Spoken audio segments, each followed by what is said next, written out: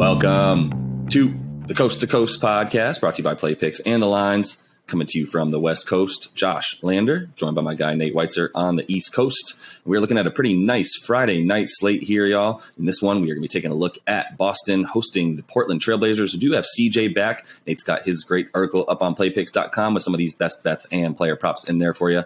And make sure to like and subscribe to that page. We got a couple other videos up for you today, including a player props video we love to bring you and a gift card opportunity in that one. So make sure you check that one out. And as always, if you do still need a FanDuel or DraftKings account, head to fdpicks.com or dkpicks.com and find those listings in your area. That's what we've got for tonight, Nate. Let's get into it.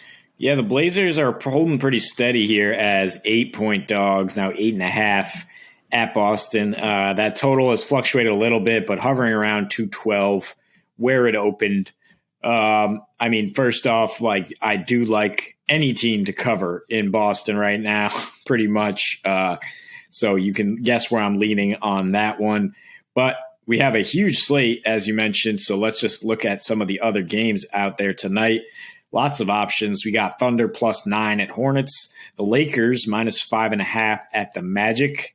Clippers are +9 at the Joel Embiid Sixers. The Heat +1 at the Hawks there.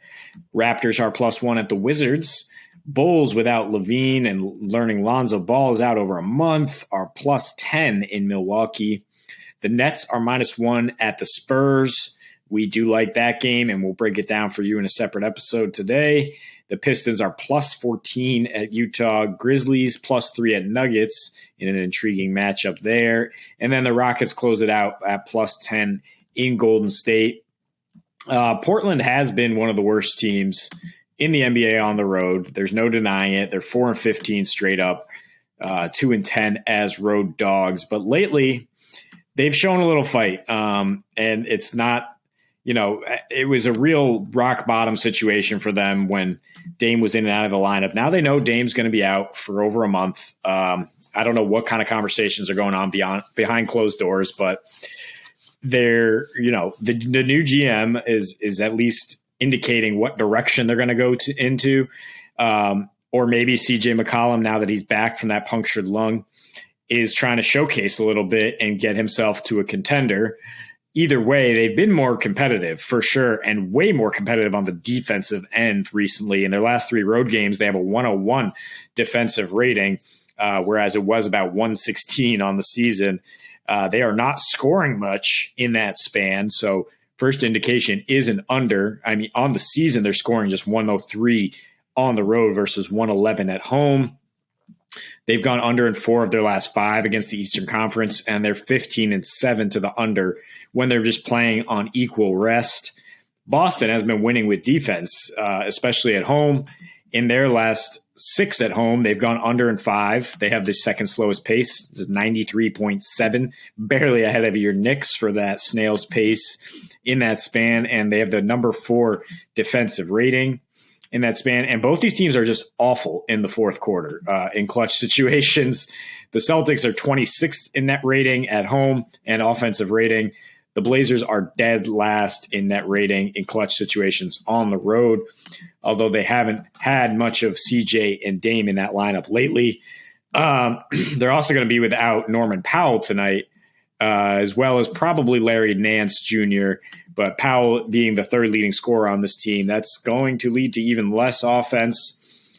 I don't really, other than the fact that the Celtics have not stepped up against the Western Conference, this is more of just a feel thing when you follow a team and you just don't necessarily believe that they can win a blowout when it's just such a random situation. I believe the Celtics can bounce back and blow out a team like the Knicks after they collapsed like that. They can handle a shorthanded Pacers team. When they play the Western Conference, though, or just these random opponents come into town. Like, you remember the Timberwolves and their B team came into town and won in Boston pretty recently. I just don't trust the Celtics at all to cover 8.5, 9 points. They've lost their 7 of their last 9 against the West straight up. A team total of just 110.5 it does not inspire a lot of confidence. I would go under there. These are teams that just don't necessarily capitalize on what the other does poorly. in terms of Portland can't defend the paint. Portland gives up a ton of assists. Well, Portland can't defend the 3-point line. I'm sorry. And Boston, does not score from beyond the arc much. And they're 27th in assist to field goal ratio, a lot of ISO ball. When these teams have met, the underdog is covered. They're 7-3-1 against the spread in the last 11. Lots of road covers. The road team has won 5 straight in this matchup. I don't think the Blazers are going to win, but I think they're going to cover 8 points at least.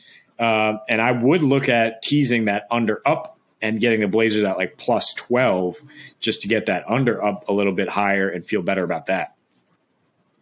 Yeah, I like the under for Boston, especially right now. And you mentioned a slight uptick in Portland's defense. They've been going either under or over pretty small totals here, as their offense has been really bad. Obviously, and CJ coming back is definitely going to help them at least. I think stay a little bit closer in this one. But I think like you said, you also look at Boston playing at home right now. And what's interesting is they are winning at home when they're the home favorite anyway. They have won a majority of their games there. I believe they're like 13-8 straight up when they're the home favorite. But against the spread, not so much, right? They don't cover those games. It's the exact opposite. It's 8-13 against the spread. Yeah. Precisely. It's the exact opposite. So when they're the home, the spread is not something that they're able to cover. And that 8.5, I feel really good about it. I love a tease on this one because I don't really want to sweat it out. And I also don't really much want to watch it. But I do want to make some money off of it. So I feel pretty good about a 12.5 point spread for Portland. Getting 12.5 points, I really like that because I don't even mind the 8.5. And then I really, really, really like the under at about 214.5, 215 if you can get it at that high, which you need to buy some points at this point and tease it. But I'm fine with that because I also love that under. Both these teams are failing to score that amount of points, the 215. If you look at their most recent matchups, there's only a couple times that you would see Portland going over that, and it's when they just got completely blown out by the Nuggets. And then, for the Celtics, it's the same concept when they're playing teams that aren't trying to put up 120, 130 or somewhat capable. All of their totals are going under that 212-ish total there. And in part, it's, I think, they're playing better defense for sure. I mean, that's been the only somewhat, calling card, if you will, for this team to be able to lay their hats down and on a win.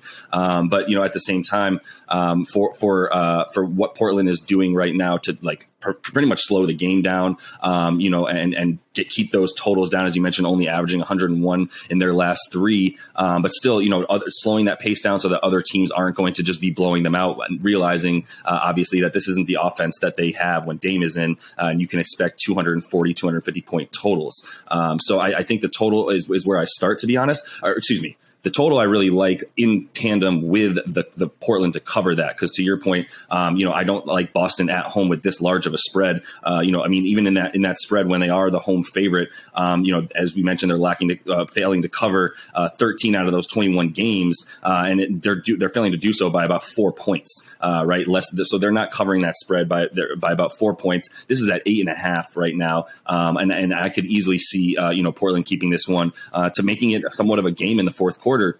As we've seen Boston struggle to find their scoring at that time as well. So under and the really, let's go in this order. Blazers to cover and the under is the way I like that one. And I'm probably going to drop a tease on this one just so I can set it and forget it and come back to winning some money later. Yeah, and they go hand in hand, because if you're going under 216, it's hard to imagine the Celtics holding a team to like 86 points, a team with CJ McCollum on it, not getting into the high 90s at least, and then you're probably covering if it's going under.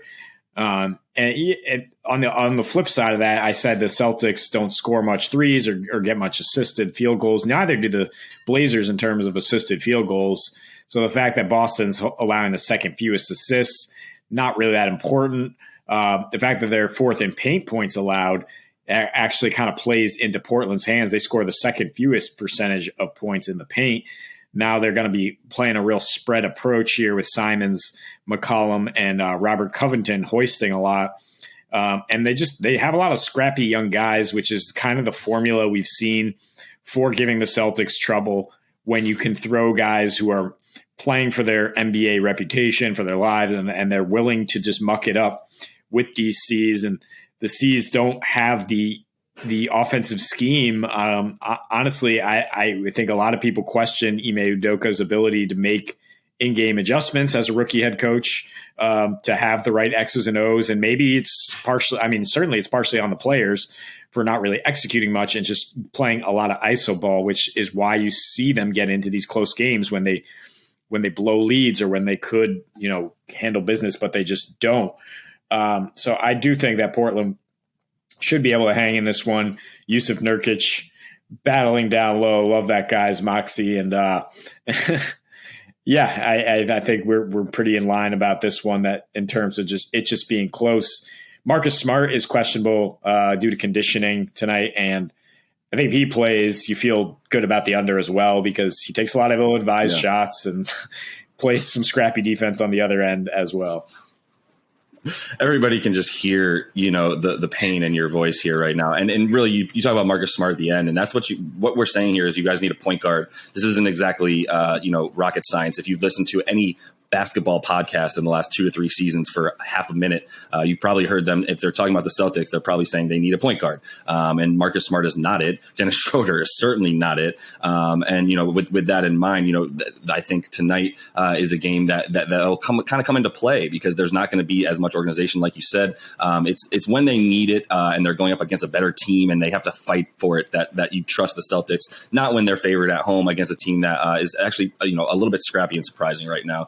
Which is why the Celtics have failed to cover against teams at home that are bad as well. So that is all the time we have for you in this one. Make sure you like and subscribe to that page. You can check out that player props video we have for you up today and that gift card opportunity we are giving you. So until we see you next, happy betting.